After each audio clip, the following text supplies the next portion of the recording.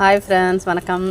இன்றைக்கி நம்ம பால்கனி கார்டனில் நம்மளோட பூஞ்செடி நிறைய வச்சுருக்கோம். அதே மாதிரி மஞ்சள் எல்லாமே வச்சுருக்கோம். அதில் மிளகாவும் தக்காளியும் நிறைய முளைக்கும். இந்த பாருங்கள், இப்போ கூட இதில் ஒரு தக்காளி செடி முளைச்சிருக்குது.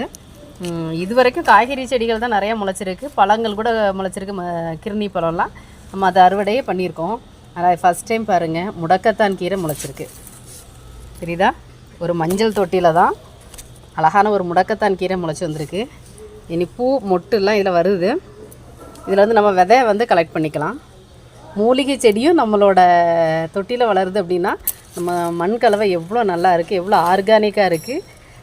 ஏன்னா நான் வந்து வெறும் சாணி மட்டுமே போட்டு வளர்க்குறதுனால நமக்கு இந்த மாதிரி அழகான மூலிகைகளும் இப்போ முளைக்க ஆரம்பிச்சிருச்சு. எப்பயுமே நவம்பர் டிசம்பர் பார்த்திங்க அப்படின்னா கட்டிங்ஸ் வைக்கிறதுக்கோ இல்லை செடிகள் நட்டு வைக்கிறதுக்கோ சரியான டைம். சூப்பராக தளைஞ்சி வரும். ஏன்னா மிளகா